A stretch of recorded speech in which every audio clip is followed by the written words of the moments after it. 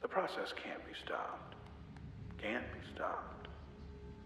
However, process could be impelled to simply go away.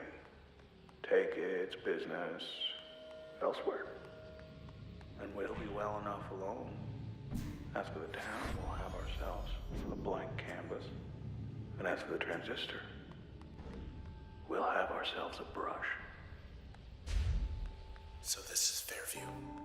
Farther from town than I thought. Well, hello, Red. You're looking awfully close up. All of Cloudbank's gonna wind up like this. And hello to all of you. Welcome to part 16 of Transistor. Where are we supposed to? We had a brief hiatus, but now we're back. Trying times. Very trying times these days. Graham, the others, they've gone ahead without me now, haven't they? Just you and me now, isn't it? You and me. And the transistor. Royce here is a real chatty Cathy, so it's going to be a little hard to get a word in edgewise. Yeah. I got nothing. We had a saying, which goes, when As MC everything Escher changes, takes over nothing here. Changes. You see, when everything changes, nothing changes. So I'm going to do my best on commentary, trying to talk around them. What we had in mind. To Fairview. Moving forward to Fairview. And we're in a fight right away. Take it back this time. From here on out, it is only these guys we're fighting. The men, whatever they are. And I took a ton of damage from just one attack. I've got to be very careful here. Because from here on out, I'm working with the restrictor that takes away your emergency turn whenever your life goes down to 0. Shoot his face.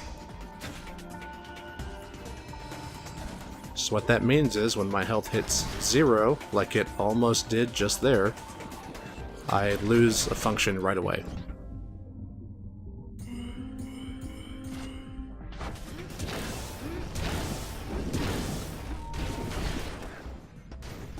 Luckily, these guys are still relatively easy to deal with.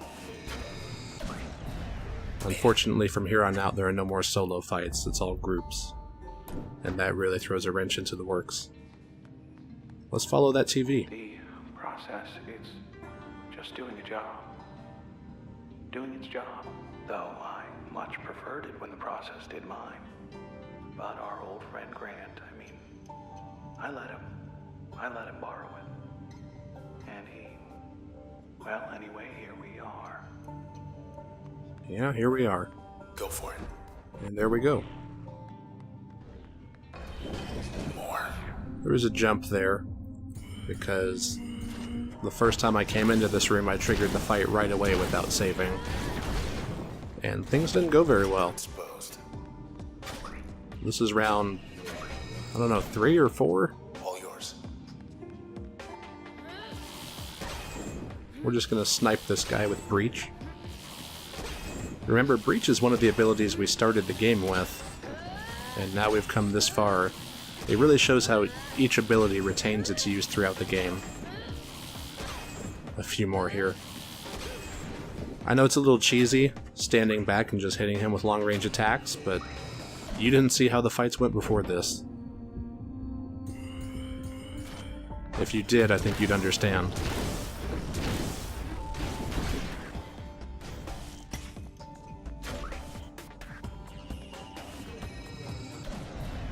That was rough.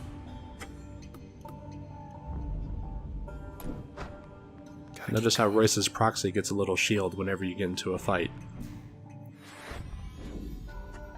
I would say that's to protect him from the process, but more than likely it's to protect him from you. Let's fly.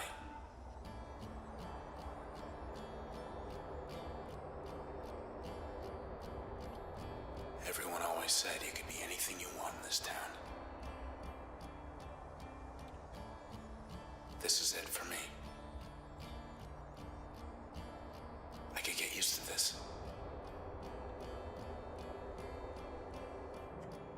Well, I suppose you could get used to anything.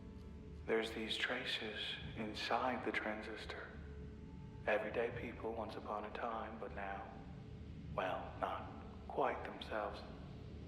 And they're trapped. No walls in there, mind you. It's just, they're on their own. Listen close enough and maybe you can hear them. Some of them, I mean. The ones you know. Royce drops a little hint there, because we have several traces within the transistor now. William Platt, Preston Moyle, Hunter Halyford, all the people whose abilities we picked up, but there's only one that talks to us. That's because he's the only one we know. I suppose if we knew all the others, we'd hear them too. But then again, it'd be hard to hear anything else in the game with about 20 people all talking over each other.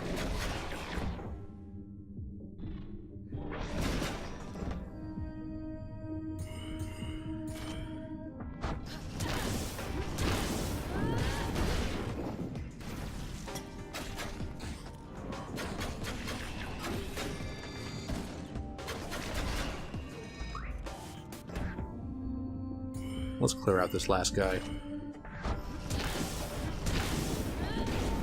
By the way, really appreciate the ambush, guys. That should do it.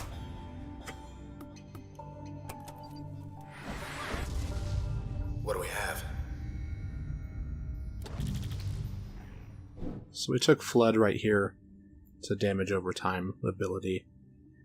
To be honest, at this point it doesn't much matter what else we take. We're in the end game. I'm not going to be messing with any of these other upgrades or restrictions. If Royce can hold him off, so can you. Well, I don't see Royce down here fighting. Next. That a terminal? It is a terminal. Whatever Royce sees in this place, I don't. Whenever people make a change, whether to the sea or the sky or anywhere in between, the process does the real work. Invisible, behind the scenes. Well, I say whoever does the real work ought to get the credit. So I found a way to put the process center stage, a way to keep the process working in concert, in harmony. Basically, if you didn't understand that Enough terminal, of the history. it's just a message that Royce left to Grant, explaining why Fairview would be the best staging ground for their plans. Bet this leads. It's kind of interesting to see how informal he is as a writer. The transistor. I have no idea what's inside it, really. Who or what. I've my theories, but, well, that's really all they are. It's just theories. I've seen inside. I had myself a little look, but I didn't see much at all. It was like staring at the sky.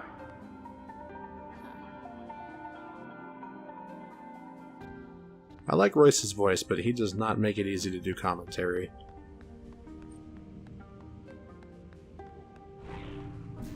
Let's pop a quick save, because I know there's a fight on the other side.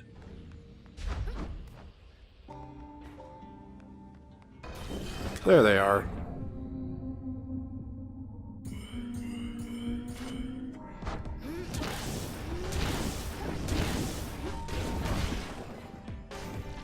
There's the other one. Remember, some of these cells are corrupted, which is why I'm not going after them. If you see a line of black symbols orbiting it, that's a corrupted cell. Easy.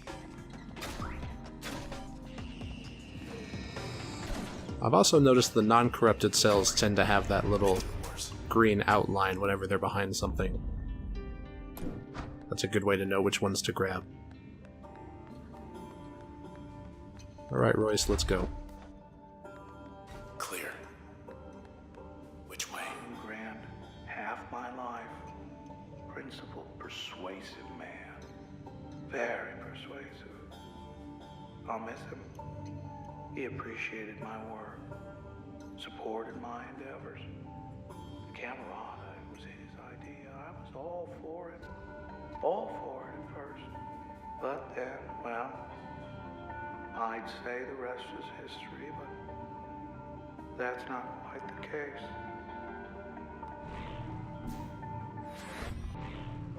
Let's head to the left, because there's a terminal. And another monologue. Where I found, yet why? I found it on a lark, right around here, geographically speaking. Although geography was only one small factor, there was also the math. Awful lot of math involved. Wasn't entirely myself when I found it, you might. I like how he has the TVs everywhere, Sometimes I Hey, look. in case you get tired of listening and ditch them. at all. You're not going to get away from them. Otherwise around. You understand? Anyway, that's it for this next to last episode. Thanks for watching. I'm glad you were here. I would say I'll hope you'll join next time, but I have a feeling that there's going to be a little more left to this episode. Right you are, past DelayBuster. It's been a long journey, and it all comes to an end in the next episode. But before we can do that, we have to talk about the final two characters we haven't discussed yet. And by that, I of course mean Red and the Transistor. We'll start with Red, because there's far more information available on her. At the tender age of 27, just 1 year younger than Asher Kendrill, Red was the cornerstone of Cloud Bank's culture scene, ranking in the top percentile of the city's contemporary performing artists. While her peers elected to study civil planning and similar disciplines, our heroine made history by being the first student to select two non-traditional studies, music and linguistics, her passion for which played a role in her rise and fall. While she admittedly wrote her music without intending to stir up controversy, Red nevertheless proved to be a provocateur. When a fight broke out in the crowd during one of her performances, it was the first such incident in Cloud Bank in 4 years, drawing the attention of the local administrators. It was at that moment that Red realized and began to fear the power of her musical ability. She withdrew from the spotlight, retreating to compose new material in privacy. When she finally came back, 4 individuals were waiting for her. While their attack failed, thanks entirely to interference from another person on the scene, enough of Red's trace was apparently captured to take away her strongest asset, her voice. Let's turn our attention now to Mr. Nobody, aka Blue, aka the Transistor. The voice residing within our sword comes with practically no background, but from some of the things he says and his general attitude toward Red, we can conclude that the two were romantically involved. As far as his current state goes, all we can surmise is that something went terribly wrong when the Transistor impaled his human body, maybe because it was meant for Red. While we're holding out hope that we can restore him to his real body, we've already seen several hints throughout the game that this may not be possible. And even Blue himself seems doubtful. Everyone always said you could be anything you want in this town. This is it for me. I could get used to this. Oh, by the way, the game's files refer to him as the Boxer, and going by the wraps around his arms, it's likely that was his trade. One last note I thought was interesting. I mentioned before that Red is 27 years old at the time the story takes place. That would put her in the same age bracket as Jimi Hendrix, Jim Morrison, Kurt Cobain, Amy Winehouse, and a laundry list of other phenomenal musicians who all died tragically young. Is that a hint at her fate? Join me for the next episode and find out. Until then, thanks for watching, and I'll see you in the exciting finale of Transistor.